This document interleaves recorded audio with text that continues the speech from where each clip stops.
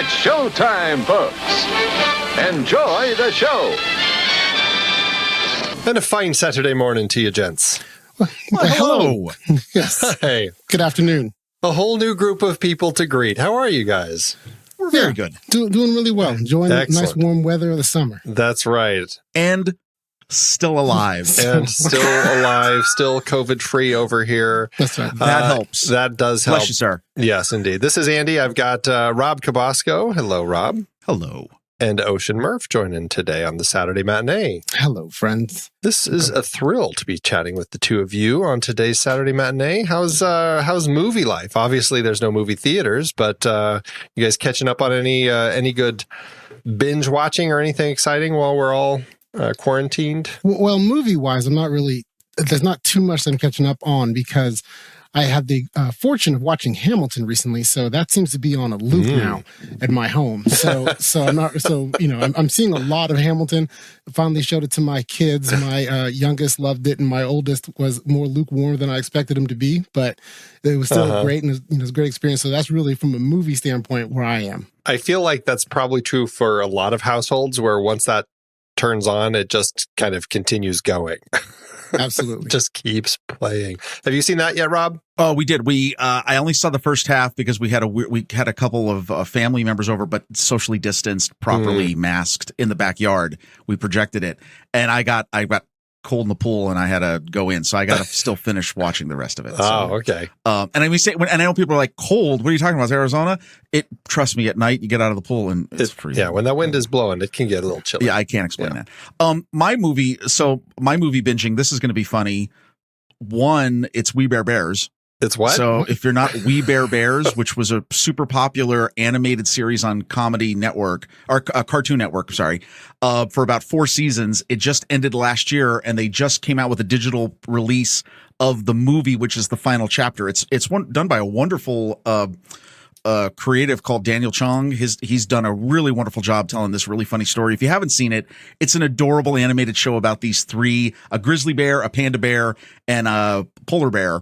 And they just have these wonderful experiences in San Francisco. The movie was totally adorable, and we realized that my daughter and I are huge fans of the show, and we've been binge watching the last 4th season on HBO Max. So we're almost done. I think we'll be done tonight. And then we'll be We Bare Bears free. moving on to other things. Or you start over again, just like Hamilton. Just the whole. I want to see Hamilton again. There's so much more to see. So we'll get there. Awesome. Well, I've been, me and my lists. I always have just way too many lists to be plowing through. So I feel like I got to keep working on these lists. So my watching has mostly been trying to finish up lists of mine. And so I haven't really had a chance to watch a whole lot of just pleasure watching. But I am enjoying going through my lists. I've got all the stuff we're doing over on Instagram with all the Portraits of America movies that we are featuring every day over there. And films that are made by, written by, or starring Indigenous peoples of America. So that's been a really fun series to be going through. Plus, I'm trying to get ready for some of our upcoming series that we have going on over on the next reel. Because believe it or not, this is the last Saturday Matinee before the show picks back up again. So. Oh, wow. I don't know how our hiatus ended so quickly, but it did.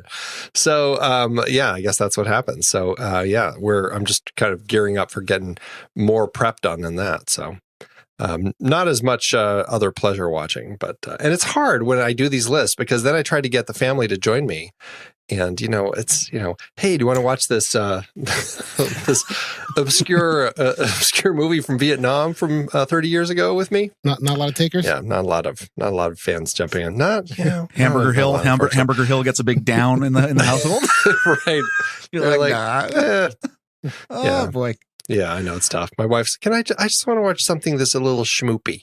I'm like, well, I don't know if this fits the schmoopy tone you're looking for. You can watch Blue Bloods later. That's what I would tell my wife. But I'm like, I'm kidding. So why haven't I heard of this squad? Experimental Unit Clone Force 99. The defective clones with desirable mutations. 99, eh? They call themselves the Bad Batch. We got some Star Wars news, huh? Oh.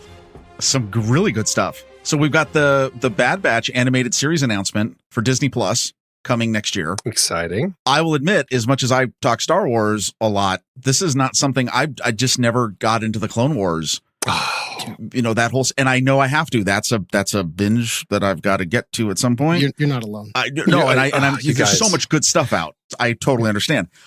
But I did do the read up on it, and okay, first of all, I mean, it's Dave Filoni, so it's going to be good. Yeah. And I think this is an interesting storyline or storylines to take and characters for Disney Plus. But I wonder, when I was reading this announcement, because it's animated, how much of this is a result of COVID? In that, yeah. No, I mean, here's the deal. We sent all the animators home with their boxes. Right. We can do, animated stuff now. Sure. You can keep productions of that. Just go. Everyone can record their voices from home and they can do all that stuff. I wonder if that's what this is. Is this a filler for the other shows that we haven't heard a lot about, except for one, which we'll get to in a second. Well, I would think that we would hear, if that were the case, I'd feel like, the What If animated series, that would be kind of picking up and moving a lot quicker. So it does make me want, I mean, who knows? Maybe it is. It just hasn't been announced, or I just don't know. But I will say the fact that they're jumping back into the Clone Wars, part of it, I think, also is just because, it sounds like I'm probably the only one here who's kind of watched the whole thing. I only just finished real recently. Mm-hmm. I started real late, but I started this journey of kind of chronologically watching the whole Star Wars saga, starting with episode 1. And then I hit episode 2. And then I had to watch the entire Clone Wars series to kind of, before I could get to 3. And that really kind of put a stop on that for a very long time. Mostly because I would do it at the gym. Because I could log into Netflix, watch it at the gym every time I was there. And then Netflix pulled it, and it's just dang. So no more Clone Wars. And so I finally finished it with when Disney Plus got it. And I got to say, the most recent season, it is better than, I'd say, any of the recent movies. It was so solid. The storytelling was just top notch. I was in tears by the end of it. It was just so good. Wow. So definitely you guys have to watch the Clone Wars. It starts very much like just an animated series. It's nothing too exciting, but I was so impressed with how they built that. So definitely check that out. The Bad Batch is an interesting group of clones who all were kind of faulty for one reason or the other. And so it's kind of this kind of squadron of these clones who, just kind of partnered together because of that. And so the fact that they're spinning a whole show off of them as they go and do missions and things after the Clone Wars are over, trying to figure out what the heck are we going to do now?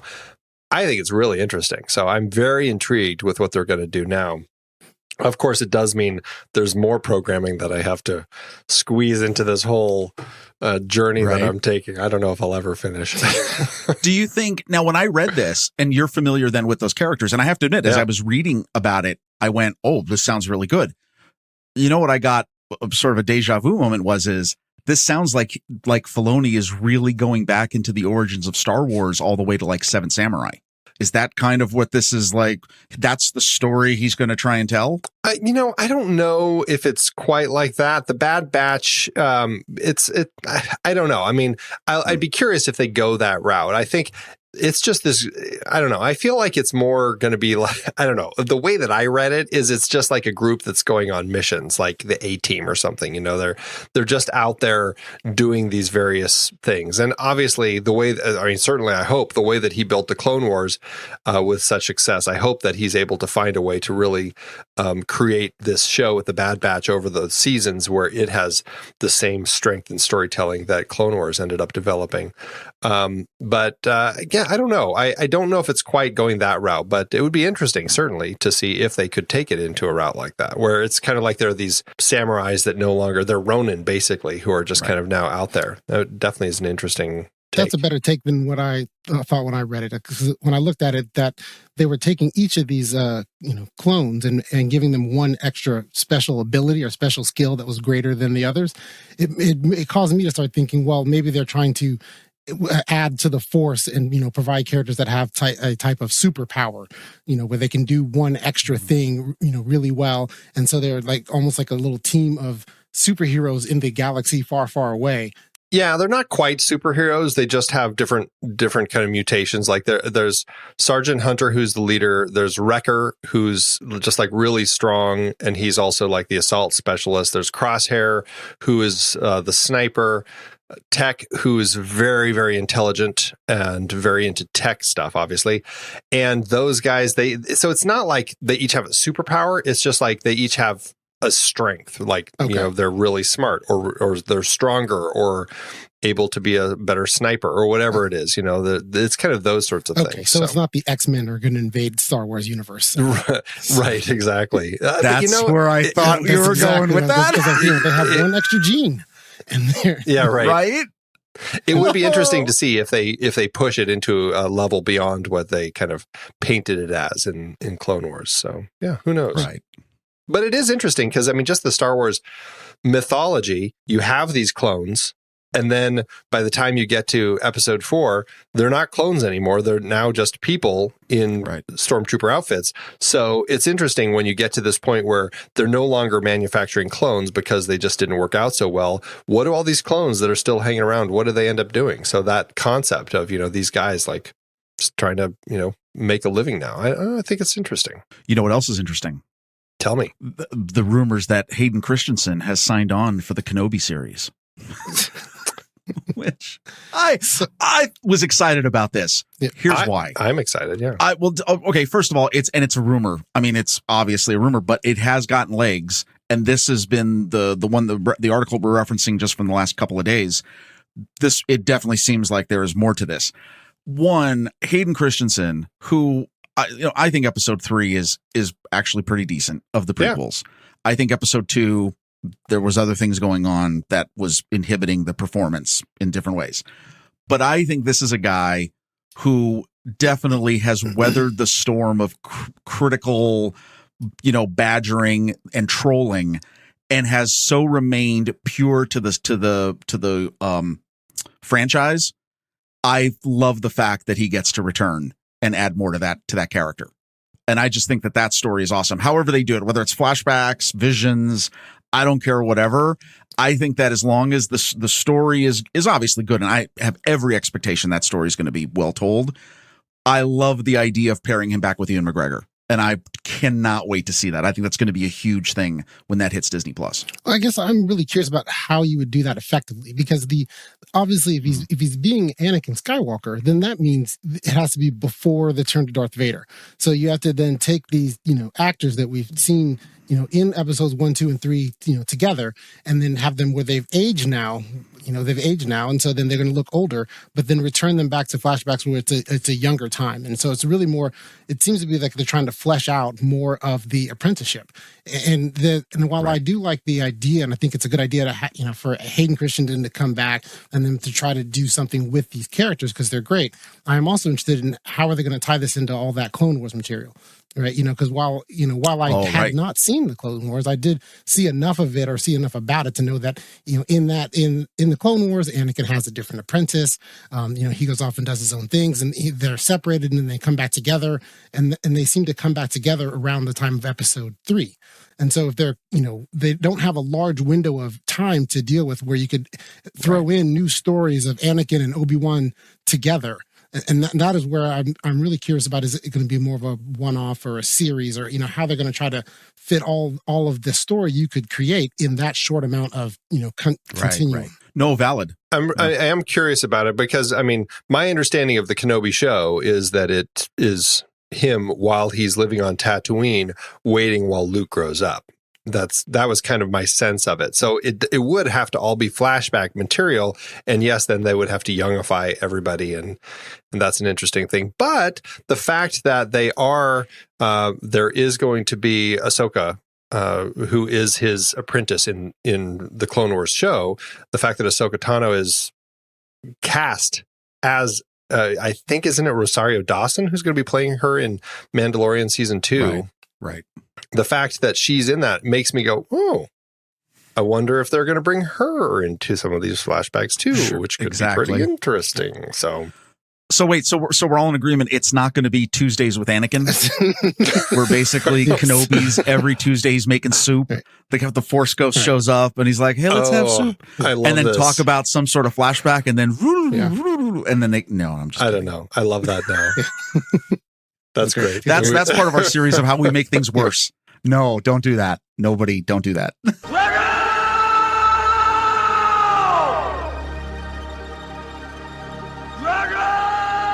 Let's see what else. I know some of you guys are Rocky fans, and we've kind of touched on the whole Rocky franchise on the show.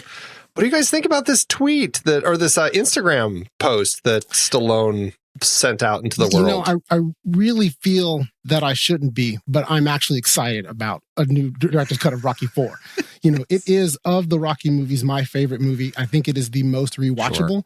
You know, I recognize that if you were to objectively rate them, it may or may not be the best, but it's the best one for me. It has the best soundtrack. I mean, it's basically, 3 training sequences with a couple of fight scenes and, an odd death scene.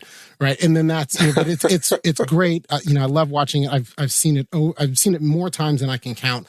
And, while I think, well, what could there be in a director's cut that I haven't already seen, or what can they add to the story?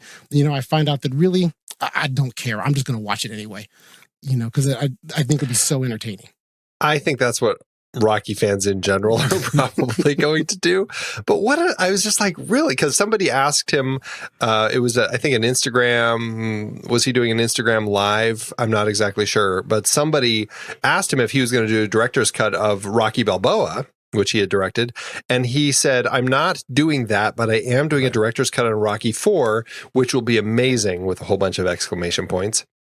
And now everybody's like, does the studio know that he was talking about this? Did they come to him? Has he said anything to anyone, or is this just something he's looking to do? So who knows? But I am very curious for a film that has so much of just the training sequences and everything. It does make me wonder, is there more story, or are we just getting extra training sequences? What are we actually going to be seeing more of? I'm hoping for a new training sequence. A whole new one. Yeah, with some new training sequence with some new music, and then that's good enough. A whole new undiscovered 80s hit.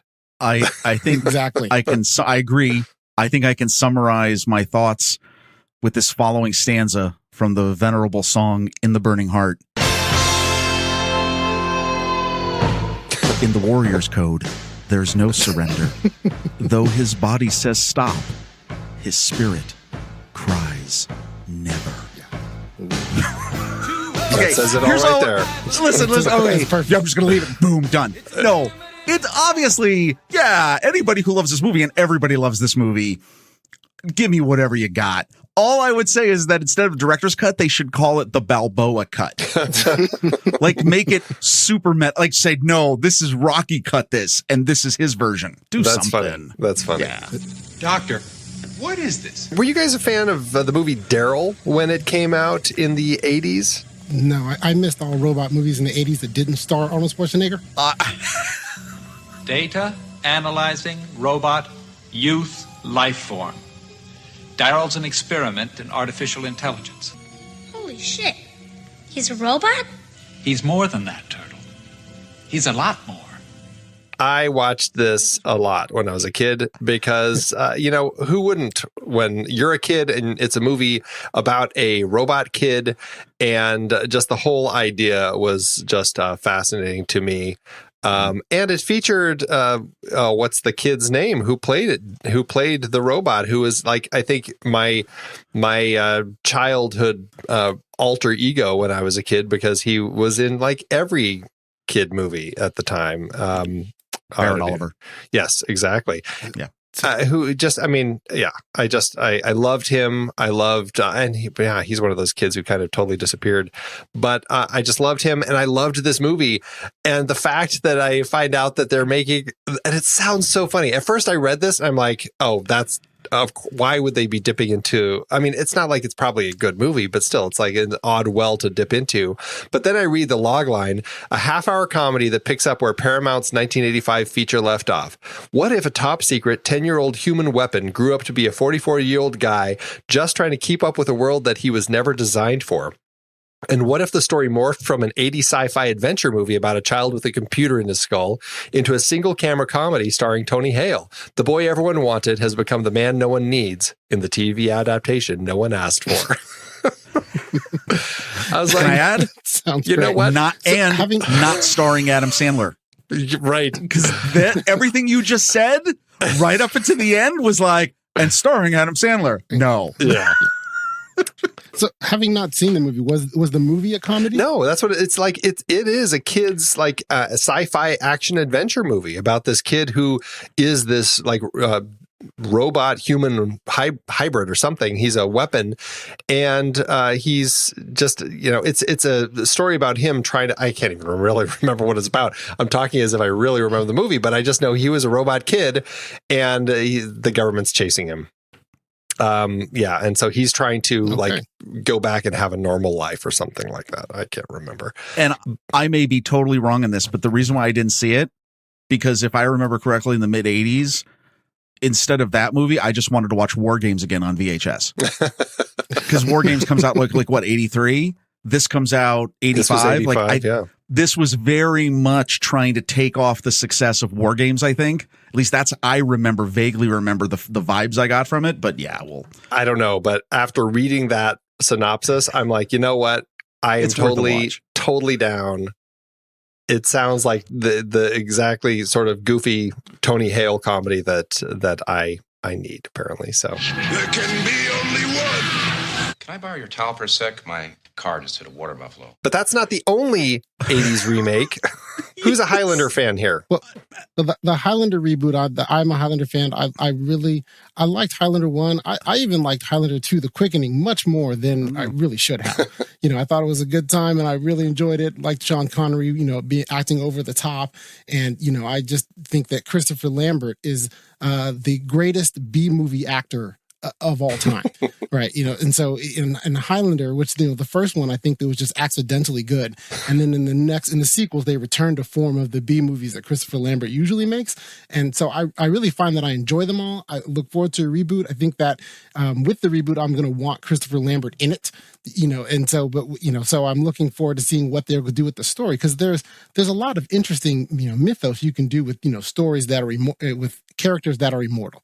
Right. And you can constantly, and as they did in the sequels, you can constantly reboot the wheel where, they all kill everybody but one. And then for some reason, another one comes back and then they just have to restart it again. But when you have immortal characters, you can do a lot of things with it. You can do deep stories, about living long, loving people, having loss, or you can do, just straight, slasher, kill everybody because that's fine because they're just going to, regenerate and go back and everyone lives again later. And so I'm really looking forward to what they're going to do with it, but I want Christopher Lambert in it badly. Well, he has returned for a number of the sequels, so it's entirely possible he will come back. Chad Stahelski from the John Wick franchise is currently attached, but you know what? This has been a project kicking around since 2008. Justin Lin and Dave Bautista were attached in the past, so who knows? It may all fall through again. It may not turn into anything. Are you a Highlander fan, Rob? I think I saw the original. It's just not it wasn't something I got into. Yeah. But when I saw this and I read this, I thought, wow, is it the Witcher, like all the things that are, seem similar. And I know it's not, but they just have the same vibe. Is that just the general progression of like, okay, let's see what properties can we resurrect? Yeah. And that's what I got from this. So we'll see. I mean, Lambert has to be in it. I would say that. Yeah. I don't see how you can't do that. Well, it had 4 movies, a TV series and an animated series, or it might be 5 movies. Tons. So it's one that obviously they're always welcome, or they're always happy to go dip back into the well. So I wouldn't be surprised if that one comes back at all. But I would be surprised if Fletch returns. That's an interesting one, especially the direction they're taking with it. Having Jon Hamm in the role that Chevy Chase had created. I mean, obviously it's based on the series of books, but still, right. Interesting choice. What do you guys think of this? How come we're not getting a Spies Like Us reboot? Where's Spies Like Us? I mean, come on. No, Fletch. And I realize there is more to it than just the Chevy Chase stuff, but That is not something that came up on the top of my head that it's time to redo. I don't understand. Well, I always viewed Fletch as really kind of a quirky Chevy Chase vehicle. Yeah. When I saw it as a movie, I didn't even realize that they were from books or any other source material. I thought that, they took his comedic timing and his comedic presence and said, hey, let's make a quirky movie that will work with him in the lead. And, that's what happened with Fletch. And then they made a wrong turn with Fletch Lives, but they were still really kind of going about doing the same thing. And so, having Jon Hamm do it, I mean, I had not known him to be funny in anything, and so I could be missing something. But then that sounds like they want to make Fletch into a serious character. He's been funny in a few things. He can. Yeah. In Bridesmaids, he was pretty funny. I'm trying to remember what else he's really kind of had the comedy chops, but I know there's been a few other opportunities for him. I could see him doing it. I could see him doing it. I just he doesn't seem like. And maybe it's totally a different tone, although with, who is it?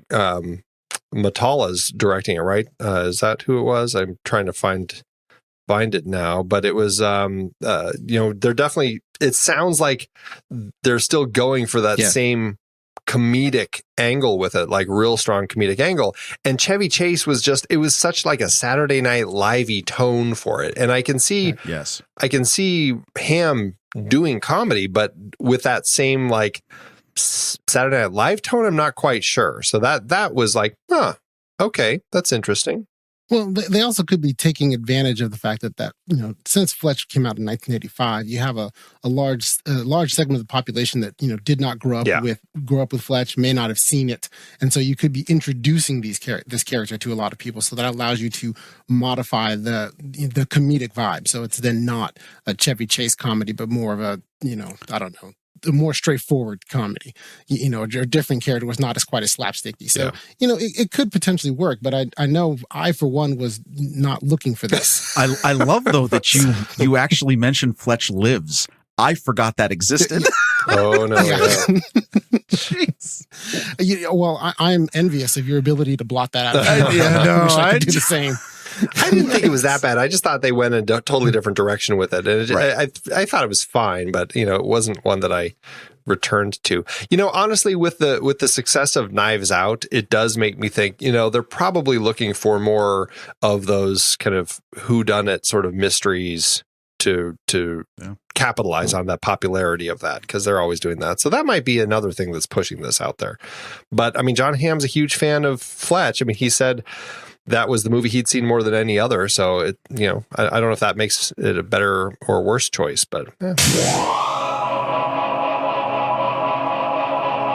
let's talk trailers, guys. I guess I get to go first. I got mine in there first, and nobody has an A24 or a Red Band. So Guest of Honor is the trailer that I picked this week, and largely it's because director Adam Agoyan, I think, is a fairly interesting Canadian director who's done some films that, he's one of those directors that I'm like, he directs kind of quietish sort of films that aren't always my cup of tea, but The Sweet Hereafter and Felicia's Journey were two that I really enjoyed quite a bit. I thought those two were pretty strong. And then honestly, I've kind of skipped a lot of his stuff, but I'm always curious about what he's up to.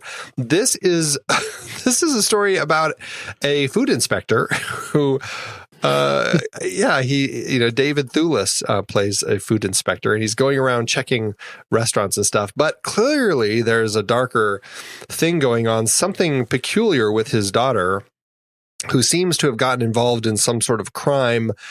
Sounds like it was a sexual assault crime, and she's in jail for it. The trailer kind of keeps the mystery pretty close to the chest, doesn't really get into it too much, but made it look really interesting. The way the trailer plays look really interesting.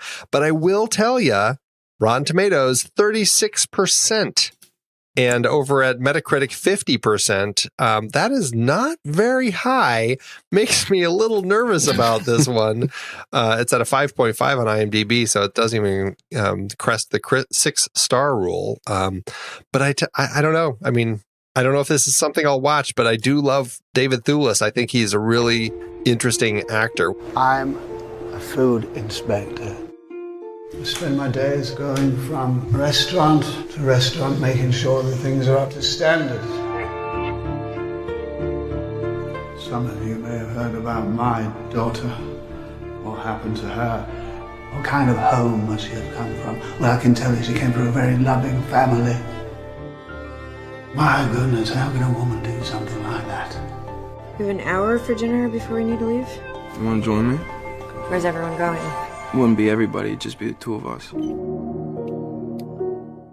Well, I hadn't heard of the movie until I saw this trailer, and so it looks like it's a very interesting, well-acted movie. And also, it sounds like with the story, it sounds like he is a food inspector, but he's playing a guy that he thinks he's a good parent, and then he has to come to find out that he's not. Yeah. And so it sets up a good mystery as far as not only what the crime was, which they did keep that close to the chest, why the daughter's in jail, but then also their relationship with each other. But I did find that when I was looking up this and I IMDb'd it, the first thing that came up was a short of the same name that came out. And it had this, and this was the short's synopsis. A devout Nazi oversees a group of taste testers for Hitler. Ooh. And after that, everything else I saw, I thought, well, now I think he's a Nazi too. So when I see it, I expect him to not only be a bad parent, but to also be a Nazi. That's a much darker tone. That's definitely not hinted at in this trailer at all. Wow. I don't know what to say on that one. That's amazing. The thing, well, I'll tell you what, no, I mean, I was intrigued. I mean, it's got here's the deal. I've never seen a movie make a food inspector look more interesting and brooding and mysterious. So you got me there. But okay, just very interesting to find out I'm intrigued by these shows and these movies that put out some sort of horrific crime, and then you're trying to put the pieces together. And I like the fact that it's not very evident what exactly happened. There's enough to hint you at it, but there's obviously more to it. And then I had no idea what to say when I saw Luke Wilson show up as a priest. Right. I was like, wait, what? So, who doesn't appear to be part of the crime? so I was like, okay, well, then we got to find out what happened.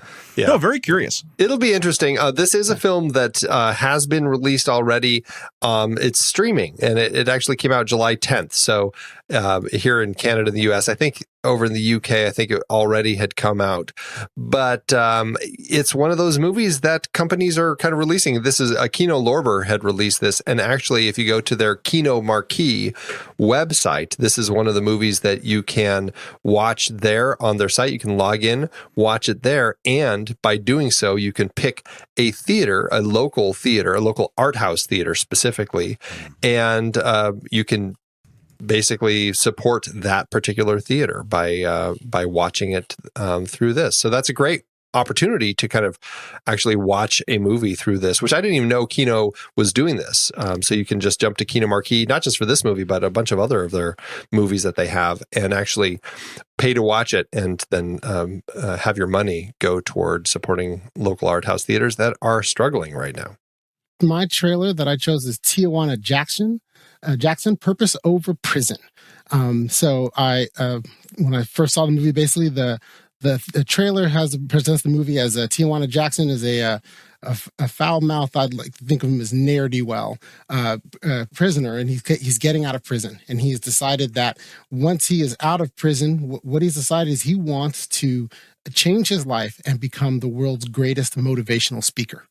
And so then he goes about trying to then convince other people to improve their lives and to be better, while at the same time always constantly cracking jokes and doing stupid things, contradicting himself, saying that he's going to be ahead of the things and above everything else, and then still asking people for money, trying to get his relationships right with what I presume from the trailer is his baby mama and his son that has probably been estranged from him since he's been in prison, and at the same time trying to foster a good, healthy relationship with his parole officer. I'm really just following my calling, being a motivational speaker.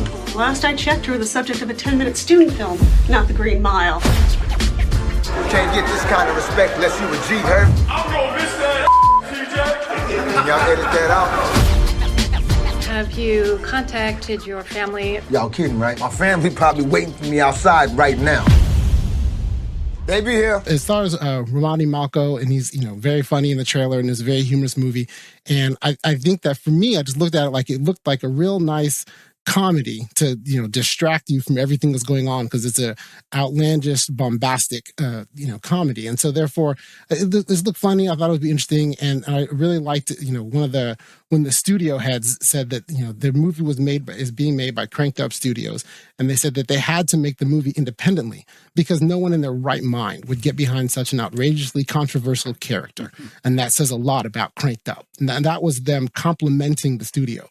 And so, when it says all those things, I think to myself, well, this will be something that's different and entertaining, and give me a good laugh, and not take my mind away from the real world for about 90 minutes. So, what did you guys think of the trailer? Oh, I thought it looked very, very funny. I thought his interactions with the parole officer were hilarious, and I love Romani Malco. All the way going back to the 40-year-old virgin. He's one of the co-workers of Steve Carell's.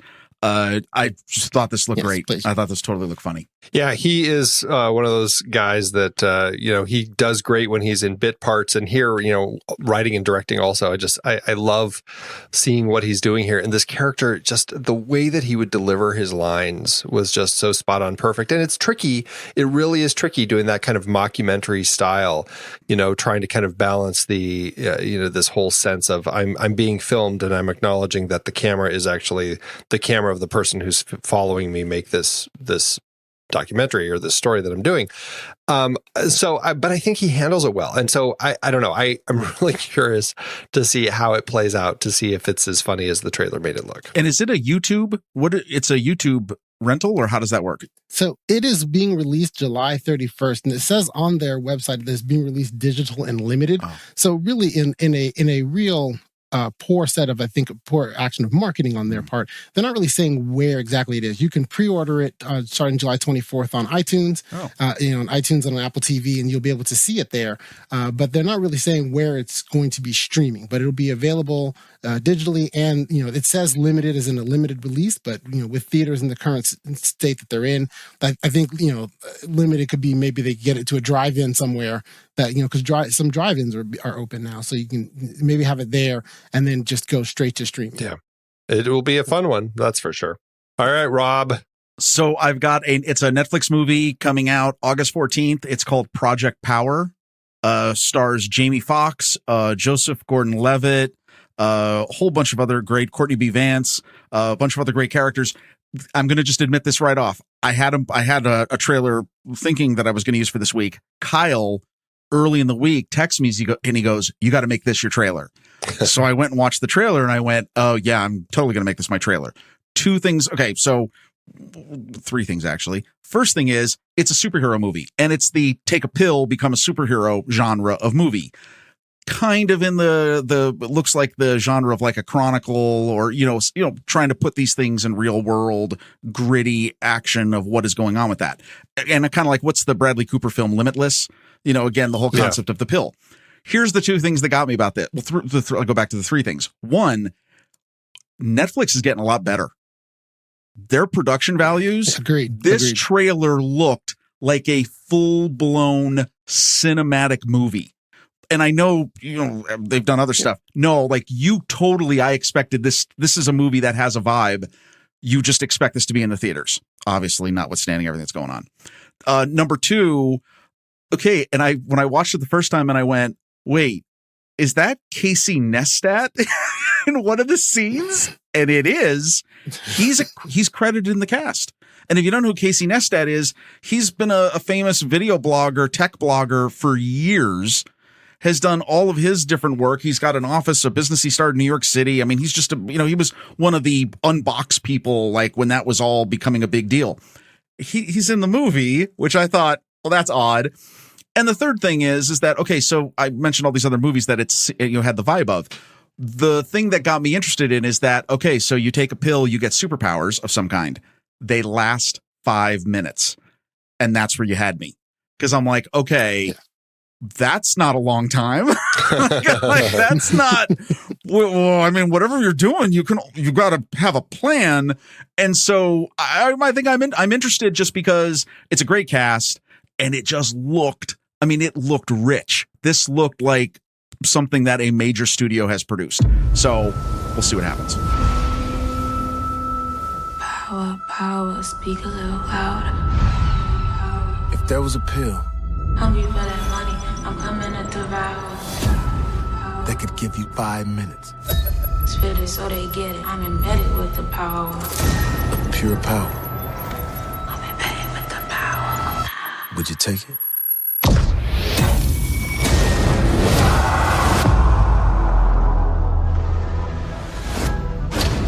You don't know who I am and what I'm about, but I'll do anything to find that source.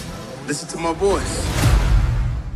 Am I lying? So often you see these sorts of stories getting made, not just by Netflix, but a variety of different people.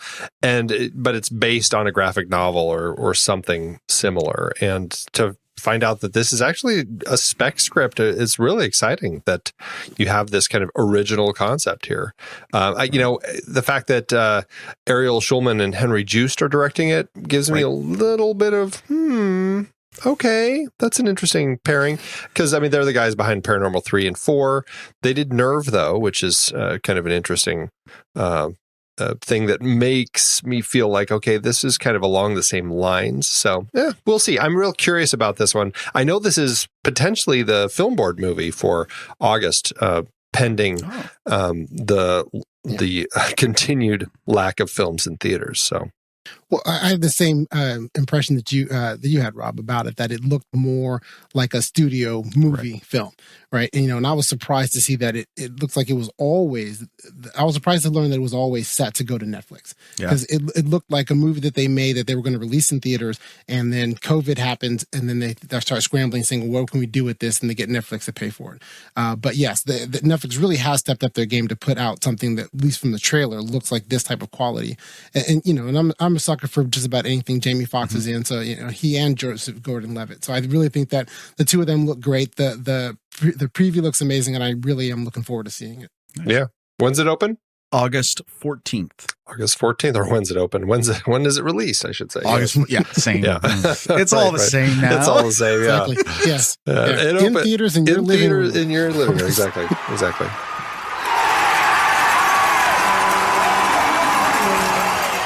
For those of you who have listened to the IMDb game, IMDb, for each person on their site, they list 4 movies for that particular person that they say that person is known for. It's their little known for list. But it's always kind of curious what they're putting on there. So I said, hey, you know what? Let's play a little bit of this and see what you guys can do. I've got some names.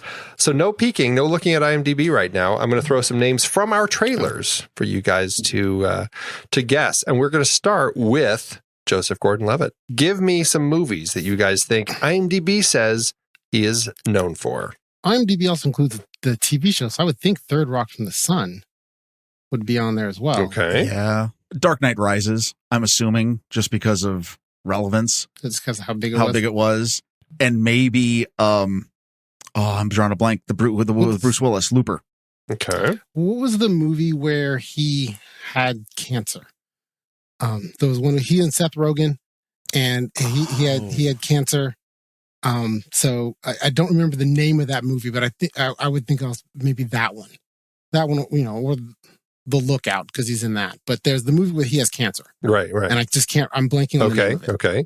So is that what you guys want to go with? So we're going Third Rock from the Sun. I can't remember the second one you said. Dark Knight Rises. The Dark Knight Rises, Looper, and the cancer movie. Looper. Yeah. Yes. Okay. Yes. Yeah. Let's go with the cancer movie. Well, I'll tell you. Yes. You are 50-50, which is the name of the movie that you're looking for. Okay. Yes. Yeah, you're right there. I'm really surprised that you guys didn't say this one. Inception is the number one film for him, followed by Looper. So good job with that one. Third one, Don John. That's kind of an interesting one, but he directed it, so maybe that's why that one is in there. And it had Scarlett Johansson. Yeah, right. There's a few reasons why. And then 50-50 is the fourth one on the list. So you guys did good. You got 50-50. Way to go. All right. Next up, let's look at Jamie Foxx. What do you guys think that they have on his list? Well, Ray. Yeah, I was just going to say Ray. Okay. Yeah, Ray, of course. Do you think Django Unchained would be big enough? Well, for him? Because I hope it's not the Amazing Spider-Man 2. Yes. Yes. Oh, jeez. He had a supporting role in Ali, but that really is more of a Will Smith movie. I didn't even remember him in that one. Was the one he did with Tom Cruise. Yeah. But that also is really, I think of more of Tom Cruise with that. So, so I'm definitely sticking with Ray. And then, I don't know, Django Unchained. They might throw you for a loop and have booty call in there. They do like to throw you for loops. Exactly. Yeah. They throw you for a loop and include booty call in there. Would In Living Color still be relevant for him? Because he's really more of a movie actor now than TV. So I know, like, if you look at Jim Carrey, In Living Color wouldn't be on there. So even though it's where he got his start, I don't know that In Living Color would still be top 4. So, but I've been talking too much, Rob. What do you think? Amazing Spider-Man 2. Oh, geez, you're still going there. I'm gonna be funny. Yeah. No, Ray is definitely on the list. Okay, so let's we got Ray. That's one that you guys agree on. I'll also go Django Unchained. Okay, Django. I haven't much better.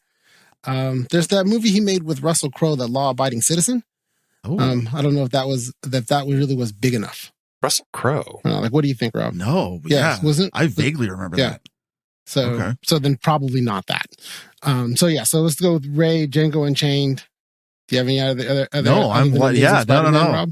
So then just might as well do Ali. Okay. And the fourth one is going to be a movie that he was a star that should have been good that was bad, like Stealth. Stealth. Oh, yeah, it's gonna be something like Stealth. Like Ali, and then I don't know. You want to do Stealth or Collateral? Collateral. Don't do Collateral. Collateral. Yeah. Okay, so Ray, Django, those are 4. Collateral, and Ali. Right. Okay. Well, you got you're 75% there, and actually, you said the other one. But if you went with it, you would have had all 4. Ray, for sure. Django Unchained is second. Collateral, number 3. Fourth, it's Law Abiding Citizen. Not with Russell Crowe, but with Gerard Butler. That's who you were trying to think of. That was Gerard Butler. Yes, okay. Indeed. So they're interchangeable. There's a bunch of movies that you can go either way. Wow. Okay. I know. No, Stealth. I totally forgot about that movie. Little side note. You know what's really amusing about Stealth? The pictures of the airplanes, the fighter jets that they made for that movie still make their rounds as part of fake news as actual photos of like super secret U.S. fighter jets. Oh, geez. There's a whole story you can find out about that. Like there's people who are like, look at how awesome our technology is. Check out this fighter. And it's a picture of the prop plane on like the deck of an aircraft carrier. And it's like, oh my God. That means we're not too far off from people posting Iron Man pictures and saying, look what the government's developing. Yeah. Wait. There we are. Oh, dear. All right. Next up, we've got, let's look at Romany Malco. Romany Malco. Can you guys, what do you guys think of his career? He's 40-year-old virgin. 40-year-old virgin. Okay. For sure. The Tijuana Jackson is a short first, so that's probably going to be on there as well. And I'm kicking myself because I saw this. Yes, and I saw this like the other day, and then just went past it. I will say he's done a good number of TV shows. Yes, yeah, he's more TV than movies. So I will tell you that definitely there's some TV on here. Yeah. If you can think of TV for him. Well, this is, and it's upsetting that I should remember this, and I just don't. This is a tougher one for sure. Do you guys want me to do you want to guess, or do you want me to give it to you? A Million Little Things. He's on A Million Little Things. That is correct. So he is on that. Yeah. He's on the million. So yeah. So we do 40-year-old version, A Million Little Things. The Tijuana Jackson short, which I'll just go with that. And I don't have a fourth. Do you have a fourth? I lost it, and I looked all his stuff up. I forgot. Yeah, no, I did the same thing. I looked it up, and I was like, "There's a lot of he had a few things here and there that I've seen, and then there's a lot of other work." So, what are the TV show that they say he is more known for than A Million Little Things is, of course, Weeds. That's a pretty big one in his career. Yeah. That's number 1. 40-year-old version number 2. A movie, Think Like a Man, is number 3, which I believe was kind of the isn't that the kind of re-gendering of what women want. I believe that's what that was. Yeah. And then last but not least is a movie I was like, I wouldn't have pegged him for being in it, but it wasn't a movie I was interested in seeing. But you're so focused on the four guys that it's about. Last Vegas with Michael Douglas, Robert De Niro, Morgan Freeman, Kevin Kline. I didn't even know he was in that one. So there you go, Last Vegas. Yeah. Again, they're always throwing these weird things in there like that. It's like, okay. All right, last one, guys. David Thewlis, British actor.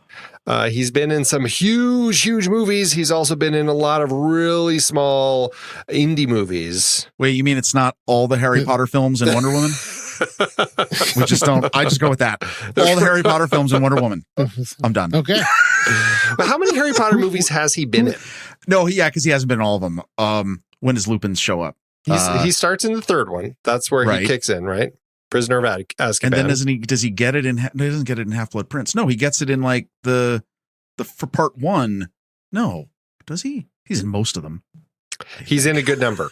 He's in a good number of them. I'm going to go with Wonder Woman, but I don't remember who is he in Wonder Woman. He's the bad guy. He's the bad guy. Before you find out he's the bad guy. He's the whatever. He's the original bad guy before he becomes he's the prime minister or whatever, or the head of the Sir Patrick. And then he becomes I can't remember what his evil god name is, but it's the god of war. He's Mars, right? Is that what he No, it's not Mars. Ares. Yeah. Ares. They use the Greek gods, not the Roman ones. Yeah, so he's okay. So you've got Wonder Woman, you've got Wonder Woman, and then are you just like saying the rest of them are Harry Potter? Is that what I'm gonna say Half-Blood Prince for sure. Half-Blood Prince, Prisoner of Azkaban. I'm gonna just pick those two. Okay. All I've got is Wonder Woman, so I'm with you. So we can stick with those three. Okay. Yeah. Well, the film that he's probably most known for before he kind of turned into kind of the Harry Potter guy is the Mike Leigh film Naked from 1993. That was a very Mike Leigh film that he did. That's his number one. And I think that really put him on the map, especially in indie movies at the time. Second up, Harry Potter and the Deathly Hallows Part 2. Oh, Part 2. He made it all the way to Part 2. He did make it to Part 2. Third, the 2006 remake of The Omen. Go figure. Okay. Right? Last but not least, Wonder Woman. So, so you're 50%. 70%. So we peaked at Jamie. Yeah, I guess so. Right. Yeah. It's tough, man. I tell you, IMDb always throws some strange things in there. You're like, okay, I wouldn't have pegged that. Good for them. The other big thing that David Thewlis did was, of course, he was the villain in Dragonheart, the original 1996 film. Oh, so what a great soundtrack for that movie! Oh, isn't it great? It was phenomenal. Yes, indeed. Yeah. He's definitely a busy guy, been in a lot of stuff. And currently he's super tied up in New Zealand in quarantine with James Cameron and team because they are currently filming Avatar 2 and 3. Who knows when he will leave? He may be in New Zealand for the rest of his life filming those movies. Well, at the pace they're going, Avatar will come out in 2030. So he'll be there for a while. Yeah. All right, guys. Well, let's get our lists. Let's jump into the lists. What do you say? Let's do it. So over in the Discord group, they put the poll up and everybody wants to hear us talking about big business failures. Apparently, Quibi was big on the conversation block last week and everybody voted for big business failures pretty much. That is what we're going to be talking about tonight. And I guess I'm going to kick it off. I got to tell you, I went a lot of different directions with this because I feel like it's one of those things that you can kind of tweak to fit anything. And so, boy, I tell you, I guess I'm going to go with, for my first pick, I would say that this is a really great film about failing business. And it is, of course, when you decide to use genes and recreate some dinosaurs to create an amusement park, only to have them actually eat the tourists, as we see happen in Jurassic Park. That is quite the big business failing there. So that's my first pick, Jurassic Park, the original.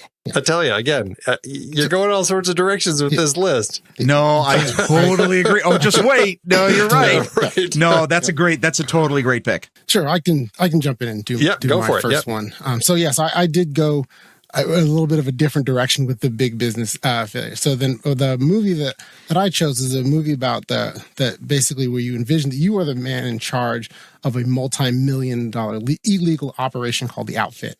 And it's thriving and is running all illegal activity in New York City. And you decide to let a new recruit join your organization, well, only if they pay you a tribute of $130,000. So, but once he's in, you then find out that over half of that money was stolen from a man named Porter. Now, you could easily make this money go away by giving him the $70,000 in cash that he is asking for, and then he will then go off into the sunset and leave you alone. But instead, you choose the option B, which is to just ignore him and say no. And then he goes through and kills several of your employees and all of your middle management. And then ultimately you. And then your entire business is now crumbled to the ground. And I am talking, of course, about that classic movie Payback, starring Mel Gibson and Mario Bello, Bill Duke, Greg Henry, and Lucy Liu. And Chris Christopherson as the man that ran the business into the ground by not paying a mere $70,000. Learned his lesson. That's right. I never saw that one. That was Brian Helgeland. Was that a remake or was that I don't know if it was a remake or not, but it was it was a remake. The original is not anywhere near as I think as good as Fast Paced, but it is a straightforward good kind of revenge flick where he does the job with the guy that goes into the mob. They do the job for $130,000. Mel Gibson plays a driver, so he's a getaway driver for they're going to rob. I think they robbed a bank. I don't remember what they robbed, but they robbed something. And so then what happens is his partner, they're going to the drop-off point, his partner turns on him, shoots him, leaves him for dead, and then takes all the money. And so then he gets, then he wakes up, recovers, then, comes to, decides that he wants to then get his money back, figures out what's going on, decides he wants to, go and get his money back, and he keeps asking for $70,000 back, and the first guy won't give it to him. The guy that stole it won't give it to him, and then he starts going up the chain of the mob organization. And at each turn, they won't give it to him. And they keep, one of the running gags of the whole thing is they keep on saying that all of this is over $130,000, and Mel Gibson keeps correcting him, $70,000. I don't want, So, it is a pretty interesting straight movie, and it has, a few twists and turns, not only with the revenge plot, but then there's also some corrupt cops that are kind of getting in the way, and so he has to do some manipulations to get there. So it's definitely worth watching. Oh yeah, yeah. It was Point Blank, the John Borman film. That was the original take on it, which is it's a little different. Cool. All right, Rob. Now everyone knows I usually try to have a theme of my three picks. That's right. I failed. You'll see my second and third picks have a theme. This one, I just couldn't find a pick. I couldn't find anything else to fit this. So what did I go with this one? I went with the sordid tale of a megalomaniac corporation run amok, burned into the ground. What am I talking about? New Detroit, the 1987 American science fiction classic RoboCop, the tale of the Omni Consumer Products Company, OCP, and their horrible devastation of the people of New Detroit. Old Detroit, I forget. Anyway, I never saw the sequel. Is it still OCP or is it a whole new company? You never saw RoboCop 2? No, I heard bad things, so I never bothered. Ocean, did you see RoboCop 2? Yes, I saw RoboCop 2. If I had to pick one word for that movie, deranged. You have to see it because you can tell they just said, okay, we're going to try and do RoboCop. How do we up the gratuitousness of everything? And they just went nuts.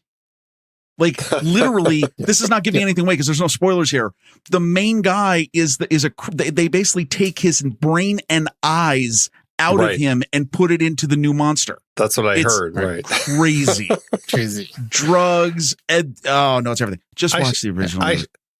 I should watch the sequel just so I could say I've seen it. Oh, no, you should.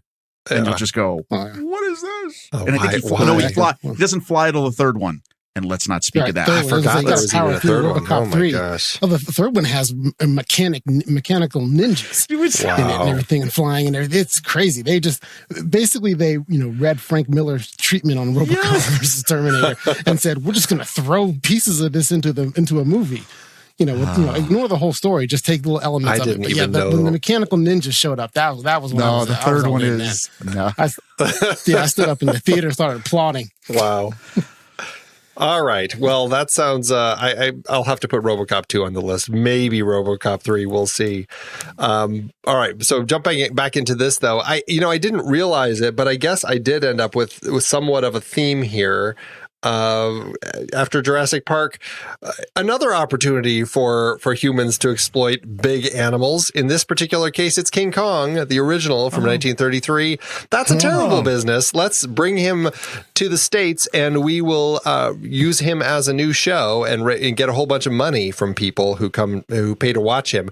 And it works great for, the first half of the first act when King Kong ends up escaping and, of course, running rampant around New York City before he's finally killed because of the love of a woman. Well played. There you go. King Kong, 1933. Very nice. Yeah. All right, Ocean, number 2 for you. I attempted a theme that I was able to sort of get there with the first 2 movies, and I've failed miserably on the third. I saw there are instances where 2 mob bosses are better than 1, and this is not one of those times. So you have a pair of mob bosses that have partnered together to run all of the illegal enterprises in New York City, because that's what mob bosses do. And then now they are mistrusting of each other, and that mistrust threatens their criminal enterprise. And one day a young, unassuming man enters their lives, plays their mistrust against each other to ruin their business and ultimately take their lives. And so this may seem like a regular hostile takeover, but it is a failure on the part of the mob bosses for killing this man's father. And that is in Lucky Number 11. Starring Josh Hartnett and Bruce Willis and Lucy Liu, who is in a lot of mob movies, it seems. Sir Ben Kingsley and Morgan Freeman. And it's a really great, interesting movie with a lot of twists and turns. That was a really great movie. I remember watching it in the theater and going, wow, that totally was not what I was expecting. So great pick on that one. Well, I forget how good that cast is, too. Yeah, right? Yeah. From top to bottom. All right, Rob, number 2 for you. Okay, so my theme was going to be made-for-television movies. There was 2 parts. Made-for-television movies and movies that aren't necessarily about the companies didn't fail flat. They just a moment in their history where they had a big tanking. And you're going to say, wait, seriously? You're going to try and thread that needle? Hold on. My second movie is the 1999 made-for-television biographical drama about the story of the personal computer. Noah Wyle plays Steve Jobs. Anthony Michael Hall plays Bill Gates. I'm talking about the Pirates of Silicon Valley. The reason why I think this is cool, right? Because the big story of this is, first of all, it just shows you like how, great ideas can, spring up in different places. Bill Gates and Steve Jobs had their associates, Steve Wozniak, Steve Ballmer, all this stuff was going on at the same time. But the thing I always find interesting about the story is that, here Steve Jobs is trying to fight this fight in his head, and it ends with the big Bill Gates image of Bill Gates, just like the Orwellian 1984 commercial, where his image is on the big screen and everyone's like, dude, do you understand what's happened? When Microsoft basically put like $150 million in Apple to save their butts because they were pretty much near dead. And I just think it's a very interesting, is it true? It's one of those really fun movies to watch. And I will say this, if you really want to watch a movie about Steve Jobs, this is the one to watch over, let's not talk about the Ashton Kutcher experiment. We're just going to forget that happened. I thought he did fine as Jobs. Really? The movie was okay, but I think the movie was okay. He did fine. I think he did fine. And then the Michael, what's his name? Fassbender, right? Fassbender. Which that one's good. It just wasn't what I expected. You know what I mean? Like that version of it was obviously not what I thought. I like this one, Pirates of Silicon Valley, because it's got the greater array of characters that you want to learn a little bit more about. So. I agree. It's Wiley is my favorite version of Jobs that has been depicted so far. I thought he did a great job. Great pick. Cool. All right, last round. I am finishing my run of big creatures that people decide to use for business. I wasn't even intending this. I have a list of like 20 movies, and I'm like, oh hey, if I do these 3, this is a creature that a man who lives in poverty encounters by happenstance, and realizes that he has exactly what it takes to make this into something really big and popular, and everybody loves it. And in fact, they hire him to star in a TV show about his particular job, and he's going to become big and famous and huge, until he realizes exactly that this creature that he's raising has entirely other machinations to take over the world. It is, of course, Little Shop of Horrors with the plant Audrey 2, who is dead set on taking over, and who succeeds if you watch the director's cut, which is out available in a beautifully restored version. And yeah, as the plants just grow and grow and grow and destroy the planet, basically. Fantastic movie. I've always loved this film. And of course, Seymour Krelborn and his short-lived TV show does not get very far, but man, is this a fun movie. And and his TV show career fails very hard because of it. But there you go. My final pick. Okay, great pick. But the art of the introduction during this segment, because as you're talking, I'm thinking to myself, death to Smoochie? What are we talking about here? Right? And then you hit him, and I was like, oh, okay. What am I thinking? Sorry. That was great. Good. I'm glad you enjoyed it. Yeah, it's a fun one. All right, Ocean. Final pick. Well, my theme went off the rails. What I originally wanted to be my theme was mob movies that starred Lucy Liu, but I couldn't find a third one. So I kept somewhat slightly with the theme where, people doing something that are considered villainous, but they are brought down. So, and in addition to that, I'd never wanted to pass up on a chance to talk about a comic book movie. So my third choice is Avengers Endgame.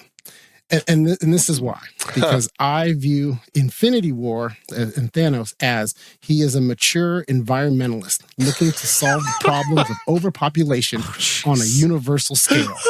And so he starts out by acquiring gems, but let's call them companies, and that will help him achieve his goal. Wow. And after making several sacrifices and warding off other companies that would stop him, he achieves success, and he can sit and bask in the warmth of a grateful nation, a grateful universe.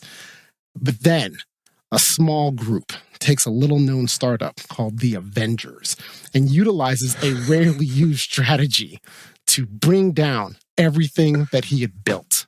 Bravo, sir. Bravo. Oh, wow. They always say the villain is the hero of their own story. And Thanos is the hero of Avengers. Yeah, pretty much. Yeah. Wow. I love it. Good stuff. Oh, that was all right, Rob, fantastic. What's your final pick? Okay, so this is weird. Okay, so my theme again was television movies, but also a business that has a big screw up, but they recover. When I got my HBO Max, when HBO Max launched, the first thing I watched, because I have watched this maybe 15 times, is a 1996 television film directed by Betty Thomas called The Late Shift. It stars John Michael Higgins as David Letterman and Daniel Roebuck as Jay Leno. Has Kathy Bates in it, a whole bunch of great people. Rich Little's in it. It's the story of what happened when NBC screwed over Dave Letterman for when Johnny Carson was leaving. Great. And I got to tell you, if you've never seen this, I mean, yeah, it's 90s. It's a 90s TV movie, but the performances are. It's not that they're amazing; they're just incredible caricatures. And you watch it and you're so drawn into it. It's just incredible what a crapshoot it was. The things that were happening. And again, is it true?